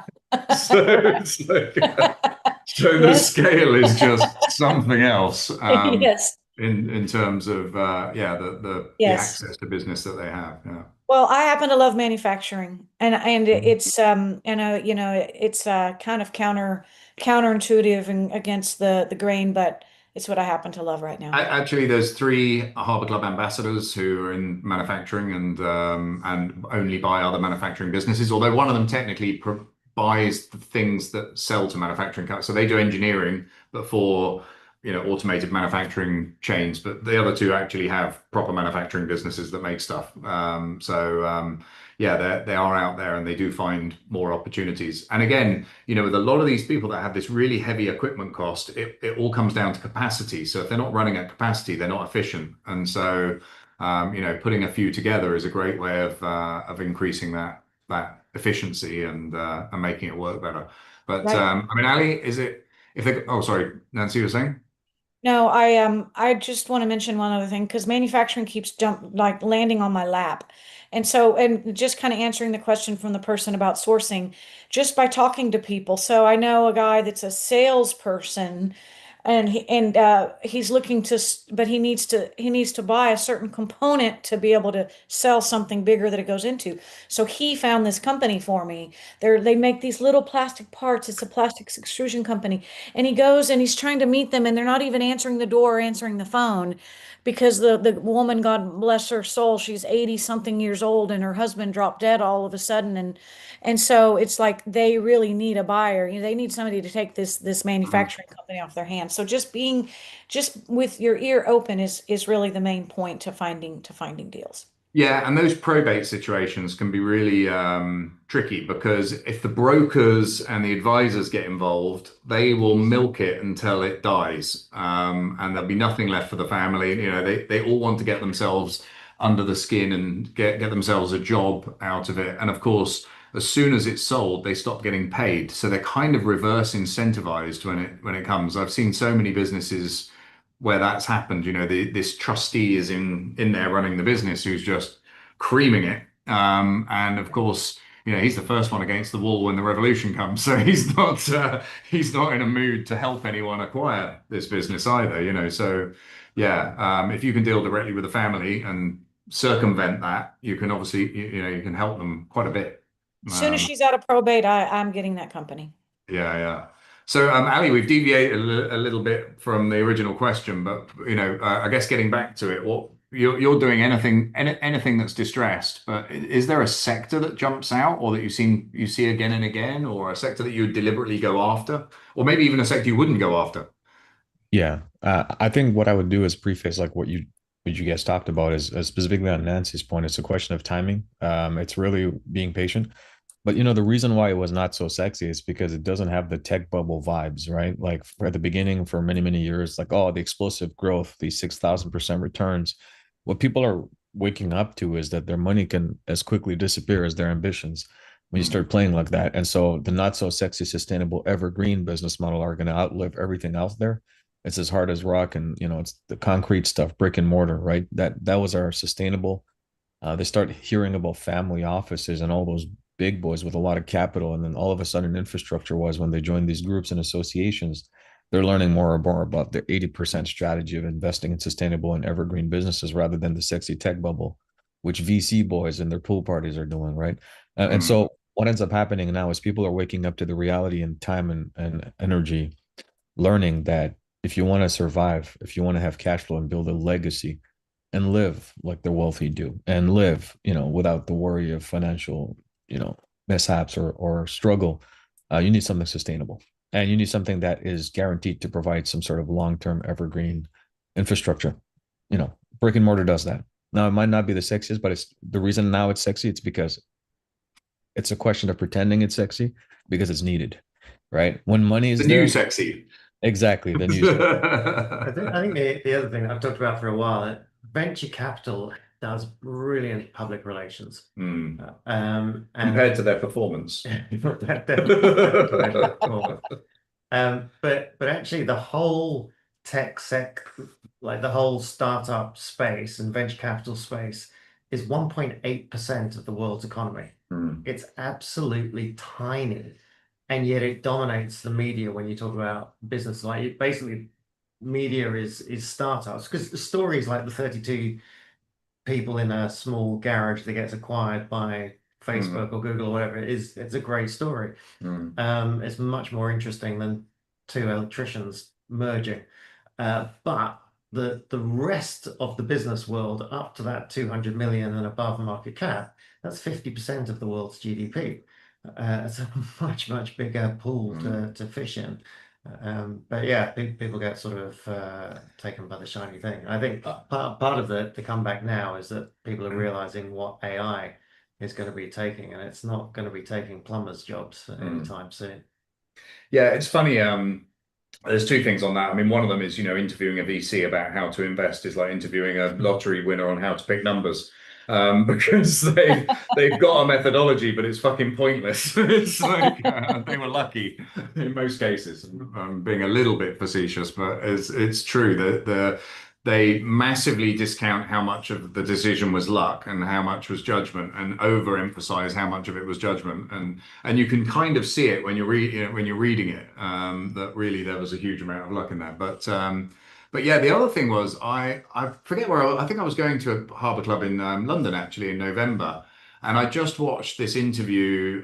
It was quite viral, the interview with the guy from Google, basically saying the world's going to end when AI, gets to the general intelligence kind of level, because no one will have a job. Everybody is out of work. Everything ceases to work. And I was just looking around me thinking there is not a single person I've interacted with today or anything that I've done today that could be replaced by AI anytime in the next 50, 60 years. Some of the things could have been replaced by robotics within the next maybe 20, 30 years, but not completely. And I was seeing things, like building sites, like hotels, like all these things. And then I thought, yeah, but that guy that's being interviewed, he's sitting in Silicon Valley surrounded by coders. So they are looking around the room and going, we're all fucked. So that's a very different environment to the rest of the world, which actually probably, of course, AI is going to have an impact, but I think we're massively overestimating how many things do require humans and will still require humans, and also how. I mean, I've tried playing. Humans will invent things for them to do. Yeah, exactly. Like they did with social media, like they did with manufacturing, like they did with all the other things that wiped out loads of jobs. I mean, 100 years ago, 70% of all jobs involved horses. So the motor car got rid of 70% of all job descriptions. But fuck me, there's loads of new things that never existed 100 years ago, like a social media manager and, yeah. So I'm not saying all evolution is good. I'm just saying that. So yeah, influencer, that wasn't a thing, geez. Good old days.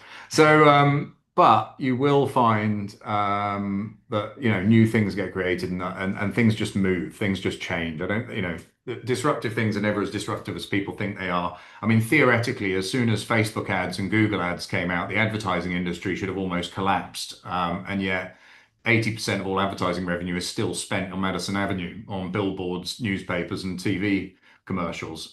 Makes almost no sense. But it's just that sheer inertia of the industry that couldn't be predicted.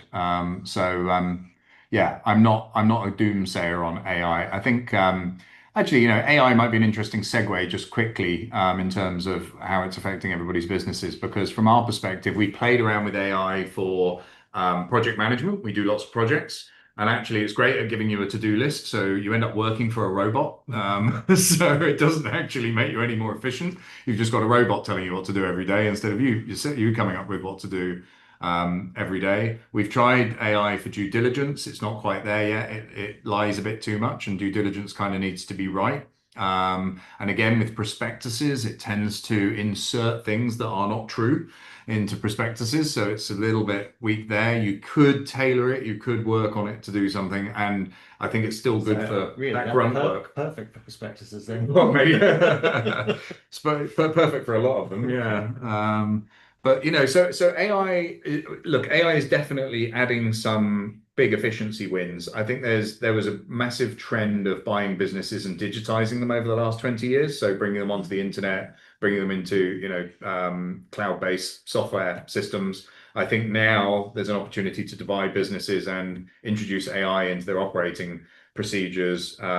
And look, there's still tons of businesses out there that aren't digitized. There's tons of businesses that are still doing paper-based accounts. There's, still businesses that don't have, a CRM system. It's insane what, people are operating a business from 50 Excel spreadsheets, and they think, well, we're using a computer. We're fine, aren't we?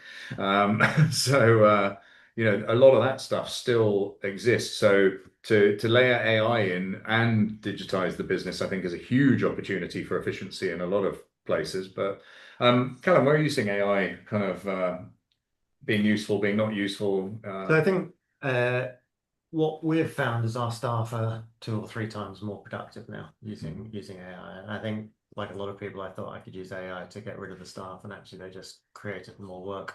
But that's good. We're Let me growing. just check no staff are listening. But it's good we're growing faster. I think there's lots and lots of opportunity, but it like to your point, it always takes a lot longer to kind of filter through and yeah, tons and tons of opportunity. And like the more disruption there is, the more opportunity there is. That's when business owners start looking around for help, and that's what we're here for. Yeah, I mean, actually, it's also worth noting the last big disruption was obviously the internet, and the massive change that brought, and the internet, the people that built the internet, like Global Crossing and MCI and people like that, all went bust. They're the equivalents of the Nvidias and the OpenAIs of today.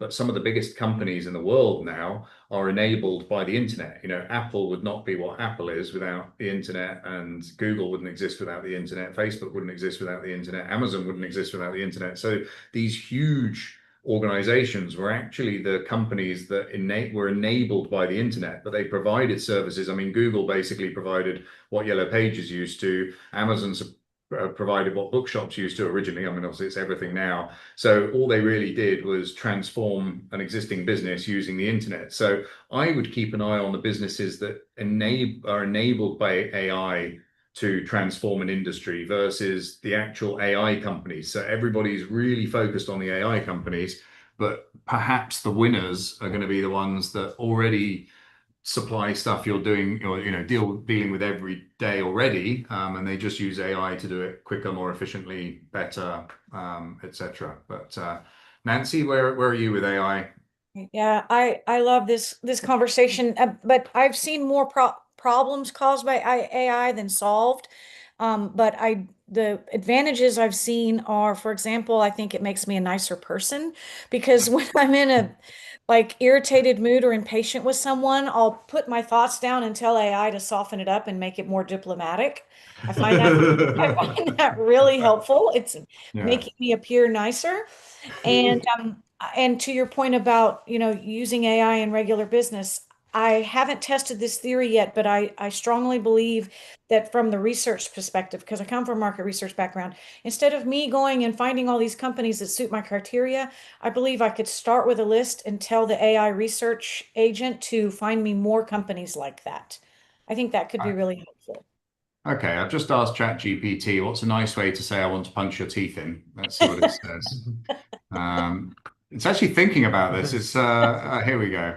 Oh, I can't help you phrase harm towards someone, but you are testing every ounce of my patience. There we go.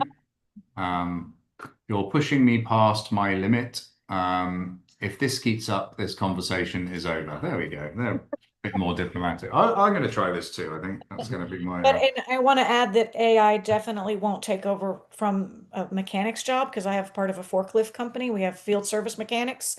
The Mhm. AI can help diagnose, but it's not going to go out and replace them. So I don't buy into the doom and gloom Yeah, forecasting. I mean, like I say, I think if you're sitting in Silicon Valley, it must feel very present, a clear and present danger. But as soon as you drive, a couple of miles up the road and you start to see, well, there's Napa Valley. They're not going to pick the grapes. They're not going to No, taste the wine and choose the vintage. They're not going to, no. there's so many things we interact with every day that you think actually this is not going to be affected by AI. And And I if you want just do that with a rational head, it's most things. a rational, right. And I just really want to reiterate what you said about don't use the AI for due diligence anytime soon. It's really dangerous. Yeah, it does make stuff up, which is Yeah. not what you're looking And for. Ali, you've been nodding away through all of that. Where are you with AI? And just Nancy mentioned due diligence. You got Mickey Mouse case versus Goofy. And it's like, where did this come from? It's like, yeah, it was made up by AI, but there's a case law. It doesn't work. So it makes up information. But Well, this I was the do. McKinsey thing, wasn't it? The McKinsey kept citing other reports that didn't exist. They never existed. Exactly. Yeah, yeah. But right. I do agree, though. I think that like AI as well, one of the things you have to keep in mind, right? All of these jobs, we're talking mechanics, we're talking high professional jobs with a certain level of skill set, have a mandated, testing and licensing requirement with government agencies regulate. So trying to replace the fees because AI is to cut down inefficiencies, which means Mm, insurance clauses are going to be cheaper, which means that the big financial institutions that are running the world are not going to have to deal with capital shortflow because AI is making systems more relevant and no longer the need to insure damages because it's less and less hurtful, right? mm. So if you look at the regulators, and for example, UGC ads, user generated content, the Federal Trade Commission banned it, but there's thousands of them running on Facebook until they get penalties, right? So if you think about it, we have to think about it in a regulation perspective, right? What are some of the professional certified jobs out there? For example, ChatGPT can no longer give legal advice or psychological warfare advice. What are some of the professional licenses right now that are hindering the ability to continue their or is kind of threatening their ecosystem and their temple? And those are going to be, a couple of 2, 3 decades, I believe, before anything AI within those territories, unless AI is just creating service deliverables and research at a warp speed, which I think is the only utility, right, to deliver and or research and or fetch. But outside of like actual professionalism and giving advice and running the show, the paradises and the kingdoms that are on top are not just going to let insurance company premiums go down from $600 to 30 because AI is so good. We need to think about the big boys, right? And so regulators are also lobbied for making sure that rules are passed through, GDPR, for example, is a great one, data breach and all that stuff. AI, once you start feeding data, you have to keep in mind it's centralized with a lot of data platforms, right? It needs information to work and function. There's regulations on consumer data protection. There's regulation on how data is transferred, HIPAA compliance, medical services and stuff. So a lot of regulations is what's going to stop any type of AI from taking any specific high skilled job that requires professional efficiency and delivery from being taken at this point. So what I'd say is just ride the wave to provide the best possible service, but don't worry too much about AI taking a job if you're at a high skill. I think you got to worry about what regulations are doing and work around that before anything else. My opinion. Sell the shovels. So we have a clean energy company that's listed in Paris, and we're focusing on providing energy solutions to data centers that do AI. So amazingly, they're building data centers, and the energy is a huge problem. I mean, in the UK, it takes 10 years to get a connection to the grid. So they're being quoted 10 years to connect to the grid. So there's some really good opportunities. Interestingly, on a really cool application I saw for AI, I had lunch with the guy who did the investigation into doping for the Olympic Committee. They made a Netflix documentary called Icarus. It actually won an Oscar, so he's technically an Oscar winner. But yeah, he's a ex serious organized crime officer from the UK, who then went into the sports kind of doping and betting arena. He did this thing for the Olympic Committee, which is very famous. But the other thing he does is around fixing sports bet, match fixing for these huge betting syndicates. And they have an AI that spots the unusual betting behavior on all these weird betting sites that are, not the mainstream betting sites that these people tend to use. So it spots the unusual betting behavior and says it's highly likely there was match fixing involved in the such and such football club versus such and such football club game. And then what they'll do is all the players have to ring a number. And when they ring the number, there's an automated voice that asks them a question. And it will be something like, did you accept money in order to change the outcome of the game between so and so and so and so? And they have to answer yes or no. And from that, it will give them four suspects that the yes or no answer had certain elements to their voice that would indicate that maybe they weren't telling the truth. And they would then set up face-to-face interviews with those four people. And in 100% of the cases, the people cave immediately. They go, if it did happen, how would it affect my career? Or something like this would be the first thing they say. Yeah, it's pretty much, apart from that final interview, everything else is AI driven. The spotting the crime might have happened in the first place is AI driven, and spotting who might have done it is AI driven. And just like you have to have a drug test, you have to do the phone call if there's been a suspicion of match fixing. It's the same technology they're using for insurance companies as well. For insurance companies, it's proving incredibly successful. You ring in to report you have to phone them to report your case. And then at the end of the call, it goes to a one question survey, which is your claim genuine? And you just say yes or no, and then it will flag you as green or red. And if it's red, about 1 in 3 of them, they can normally prove fraud. It's insanely clever. But yeah, there we go. We'll have the pre-crime commission before we know it. They'll just from listening to our phone calls. Right, let's get into the next question. Is there a standard list of questions available in the HC app when evaluating a business? Yeah, it's called the inquiry questionnaire. So don't treat it like a questionnaire. Try and have a chat with them and answer the questions. Treat it like bingo. You've got the questions in front of you. You have a chat with them and you cross the things off once they've answered it. What is the average dollar value to complete a thorough due diligence of a small company, 5 million or less, and a medium-sized company, 5 million and up? That is the biggest how long is a piece of string question you could ever ask, because industries can make a huge difference. Is there lots of inventory that needs to be inspected? Is there multiple sites, multiple jurisdictions? Do they have electronic records? Do they not have electronic records? There's so many different aspects to this. It's impossible to say. Private equity has a definitive sort of $200,000 is their basic level of DD, which is why they need to do bigger companies, because otherwise it takes too long to make it back. But, yeah, I mean, I've seen multiples of that. Yeah, so different. Yeah, it's a very hard question to answer. So to give a realistic, I mean, you can do something cursory for 10, 20 grand, but it is what you want to know. So Warren Buffett said that he's like many of their deals over the years have gone wrong, but not a single deal that's gone wrong would have been changed by doing more due diligence. We kind of came to our own conclusion on that many years ago. And so actually we put in place a strategy where we could unwind a deal within the first 12 months if something materially changed. Yeah. Or wasn't what had been declared. And so, part of the Harbour Club strategy, buy something for $1 or £1, is a good way of de-risking it, regardless of what the due diligence is. So don't get too hung up on it. Yeah, think about other ways you can mitigate risk other than investigation, which can only take you so far. How long do you, this is an Ali question, how long do you need to have your assets in trust prior to signing a personal guarantee? Yeah, I'll be quick with this one. So I think it depends on I'd say minimum 3 to 6 months. but then you're signing a personal guarantee. So my question to you is post that, when you're signing a personal guarantee, how Mm. quickly and how soon do you predict default?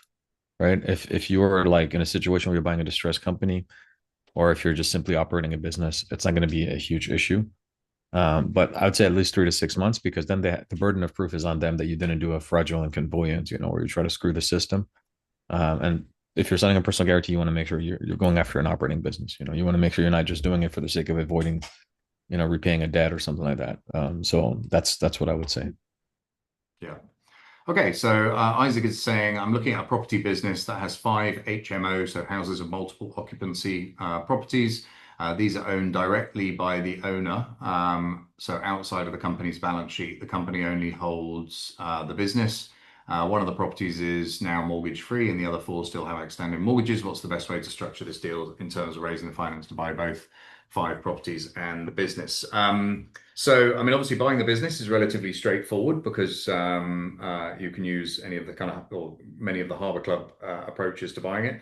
The real estate you're going to have to buy, and being that one is mortgage free, then you may well be able to raise enough of a mortgage on that one to be able to put the deposits down and mortgage the others. So you might well find there's enough equity in the total pot to be able to draw down debt to cover the whole thing. Uh, yeah, I mean, it's very common to have the property company and the operating company separate. That makes perfect sense. If the operating company ever has problems, it's not going to drag, or lose the real estate. There are advantages in having the real estate incorporated, so in a company structure.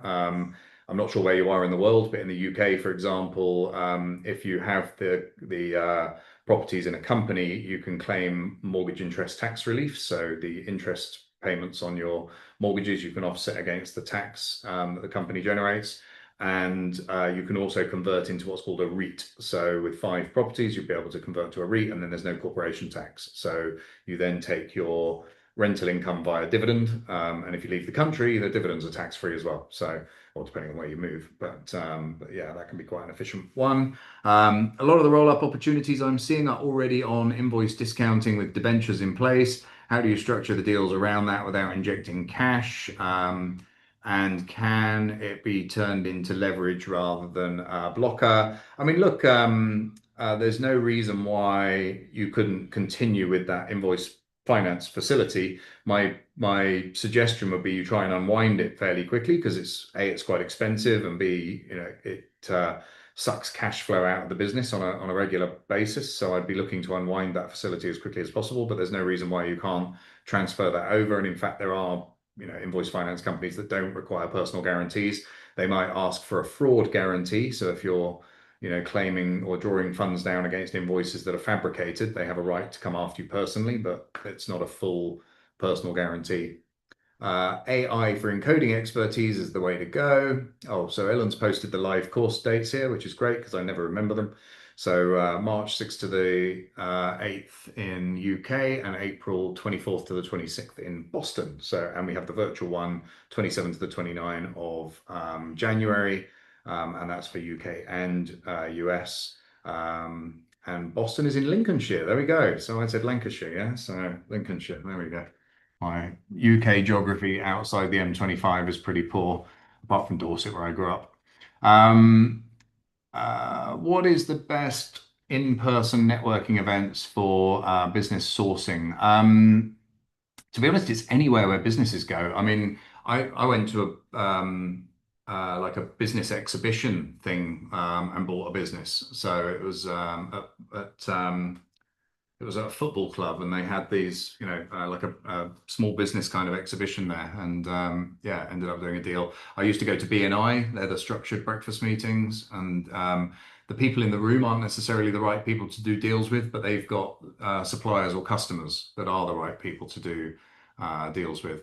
What are people asleep to at the moment as it relates to business acquisitions? Asleep meaning what are people paying attention to while overlooking something else? Buying countries, I think, is going to be Buying countries. 2026 is all about buying countries. Well, if there's a certain transaction right now that if it goes through might start a domino effect of country acquisitions. Yeah, so let's not do politics with two Americans in the well, sorry, an American and a Canadian in the room. Yeah, let's yeah, what do you think people are asleep to, Nancy? What do you think they're missing? I think that the traditional buyers are focusing only on this EBITDA, and really that's sort of ridiculous too. If you listen to Warren Buffett, it should be net income, but there's all the personal factors, all of the owner's situation. There's too much focus on numbers. Yeah. Ali, any more thoughts on? I think that every time you source a deal and you have an opportunity to go through the books and actually start communicating with either suppliers or customers for verification purposes, you start getting trended data, and what's happening, what's not. I think numbers, yeah, 100%. There's way too much emphasis on that, but you get to see like study the flaws, right? What's inefficiencies. I think that's the greatest alpha you can create is realizing inefficiencies. So while others are focusing on EBITDA, you come up with a game plan to say I have a 3-page document that highlights your inefficiencies, but I'm only going to present that if there's a legitimate deal and I can fix the company because the owner is pretty much interested in knowing what the optimal value is and how they can realize it, even if it's deferred payment.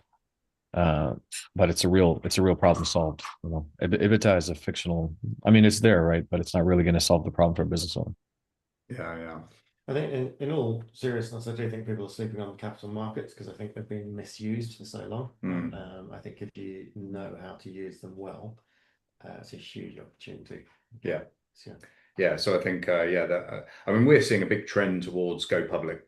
Like I say, we since 2016 we've done a deal a month. If you average it, it's never been a deal a month. It's been 3 and then nothing for a while, but like it's averages a deal a month. In November we did 2, October we did 2, November we did 2, December we did 2. We will do 2 in January. We have a target of 100 over the next 5 years, which is it's definitely, but it definitely feels like that the appetite is there right now for people to do things. And look, people really misunderstand going public. They always think it's to raise money or to exit, and it's none of those things. If you look at the richest people in the world, if you pick up the Forbes list and you look at the richest people in the world, they all took their companies public. None of them took their companies public and sold all their shares and ran away, but 100% of them took their companies public and used it as a platform to grow. So whether it's Warren Buffett, Elon Musk, Bill Gates, Zuckerberg, Bezos, all of them took their companies public and used them as a platform to grow. So it's a very well-trodden path, and yet people seem to think that they should be going in a different direction on the path that's been very well trodden. So follow what works. It's very tried and tested.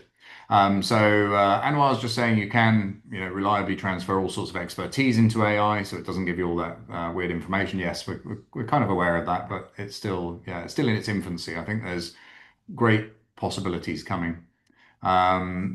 So increase insight, not knowledge, transferable expertise, and only then automate. Yeah.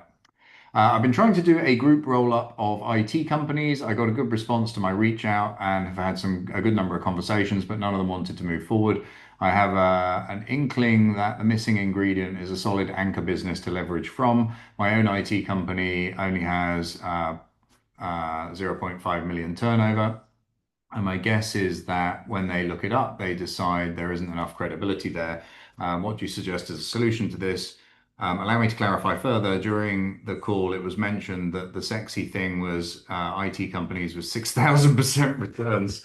Now it's blue collar companies. So what industry, company, product, service is being ignored because the blue collar are the sexy thing at the moment? I mean, look, IT is kind of commoditized now, isn't it? I mean, it used to be that kind of sexy cutting edge kind of thing. It's now actually pretty commoditized and simplified type of service. So, I think whilst it's I guess white collar, it's blurring into blue collar, particularly when you get into kind of network installations and that kind of engineering end of things. But yeah, I think you need to utilize your business as the anchor business, and maybe not having the ego that your company is the one buying theirs. Maybe you have your company as the one that gets bought by them, gives you a position in the bigger company, and you become the head of M&A and grow the group. So using yours almost like a currency to do a deal. I actually bought an IT company that was doing 500,000 in revenue for £1 many years ago, and I didn't really know what to do with it. So I merged it with a company that was doing 1.2 million a year. So we now had a group doing 1.7 million a year. And then I offered the guy some deferred payments and some earnout to take a bigger percentage of the company. So he went down to a minority. And that was my first kind of, I guess, roll up foray into roll up strategies, was actually putting two IT companies together. So learned tons of lessons, by the way. So next time you see me at a Harbour Club event, pick my brains on what I learned about merging two IT companies together, because anything you do for the first time, you're going to bump your head in a few places. So yeah, always good to explore that. So we're running pretty tight on time. We've got two more questions, then I've got to give you a bit of free information I said I was going to give you, and so you're going to talk about the public listing route before answering some questions. Did you get around to talking about this? No, I will do it though. But you have to stay past finish time. I'm sorry, wasn't on purpose. In rollover cases, do you approach buying the remaining shares in the future? Is this rollover cases? Is this back to the tax rollover? I don't think it is, yeah? In rollover cases, how do you approach buying the remaining shares in the future? Any strategy proposed? Does that sound like your tax question? It's not quite, is it? No, it sounds more like a deferred acquisition strategy. We're Right, talking okay. shares. Okay, well, let me get into the strategy that I promised you a little bit earlier on. And I really do apologize because we are on the nail now in terms of when we're supposed to finish. And look, Ali, Nancy, I really appreciate you giving up your mornings, I guess it is where you are, to be here. And yeah, I really look forward to seeing you when I'm over in the States in a couple of months. But if you have to go, if you've got a hard stop, please, don't. We won't feel bad if you suddenly disappear. But I just wanted to say a really big thank you for giving up your time and to spend this, because look, we don't pay Ali or Nancy. They've only just found that out, but we don't pay Ali and Nancy or Callum to be here. So we really do appreciate, our Harbour Club members actually giving up their time to answer people's questions. So it is really appreciated, and yeah, very much looking forward to buying you a beer when I see you in person. Although I'm not drinking at the moment. It might be a zero beer. We'll have a zero beer together. How about that? Not a problem. Thank you. So yeah, and to get into that, look, non-distressed companies and then turning into a roll-up. I think people get obsessed with this idea of how do I structure this deal to acquire this whole company, when in fact, quite often a simple method, and this is just one of the many methods that we use, but a simple method can be to buy it in pieces. So it's the old, how do you eat an elephant, one mouthful at a time. So instead of trying to structure a deal to buy their company for, 5 million euros, let's say, why don't you structure a deal to take a equity stake in their business? So it could be a 10, 15, 20, 30% equity stake. It can have a retainer, so you get paid every month for adding some value. And very simply, all you have to do is make sure that the 70%, if you're taking 30%, the 70% that they are left with is worth more than the 100% that they started with. So you need to bring some value to the party that argues your position for that 30%. Now, if you do some form of consultancy, you're a marketing consultant, sales consultant, management consultant, business mentor, or anything like that, that could be the thing that you could leverage to get that percentage. So you're going to come in, improve their business, and you're going to do it. The other thing you can do is the financial engineering we have in the Harbour Club. Another thing you can do is preparing them for sale. So, helping them go through the company and prepare the data room, prepare the information memorandum, get rid of those personal expenses that are being run through the business, et cetera, et cetera, et cetera. And when you've done that initial piece of work that earns you that percentage, you then come back to buy the rest of it. Now, a few things have happened in that intervening time. One, you've built huge amounts of trust because you've been working with them for a period of time. And they've got to see that you do actually deliver on the things that you say you do, and you've positioned yourself as a safe pair of hands to buy the rest of the business. And the other thing is that they might well have had other offers at that point, particularly if you've advertised the business for sale, and then your offer will look great next to those other offers that they've had. Because if somebody they don't know comes up and says, I'm going to buy this business and I'm going to pay you over the next 3 years from the profits of the company, they're going to think, well, why would I do that? But if you're already a shareholder and you offer to buy out the balance of the business over time using their own profits, you're a safe pair of hands. They know who you are. It's a bit of a known quantity. The other thing you can do is actually use some leverage to buy the rest of the business, and it's called a management buyout. Now, if you go to a business that you don't have a share in and you try and buy it, it's called a leveraged buyout. And leveraged buyouts are really hard to do because A, you have all these lawyers involved that I talked about earlier. B, lenders hate it. So lenders want to go into the ins and outs of whether or not you can run the business, whether you're the right person for it, why you haven't got any skin in the game, how much money are you going to put into it, and all these kind of questions. If you already own a third of it and you're just borrowing the money to buy the other 70%, it's a different investment committee, and it's a much, much easier thing for the lender to agree on for the management to buy the rest of the business out. And you won't have to put a deposit into the transaction. You won't have to jump through quite as many hoops to get a decision. So that gets you either your first business or a minority stake in your first business. Now, with a minority stake in a business, you have to be careful. I'm talking fast, I apologize because we've run out of time. But if you have a minority stake in a business, you have to bear in mind that you need the right clauses in your shareholders agreement. And there's 5 key clauses we use in the Harbour Club that basically protect you and give you control over the company, even though you have only 30%. And this is vital. Otherwise, you're going to be a passenger in the transaction and you won't have any control. But before you start, you have your SPV, your company that you set up to do a deal. The SPV, oh, I've got hearts coming out. The SPV buys the target company or has the 30% stake in the target company.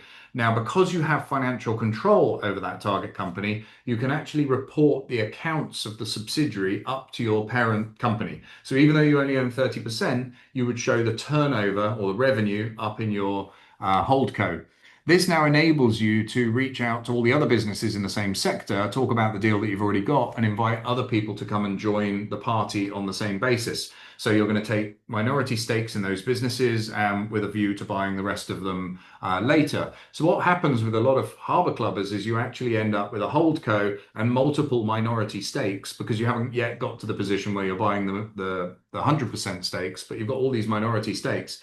And then what you'll find is because you've moved up that scale pyramid we talked about earlier, your value starts to grow exponentially. And at that point, the next company can join you because their uplift in valuation, their 70% that they get to keep, goes up by so much that it compensates for giving you the shares in the business. So there's a tipping point where it becomes a no-brainer for them to join you. You don't really have to deliver as much additional value once you get to a certain scale.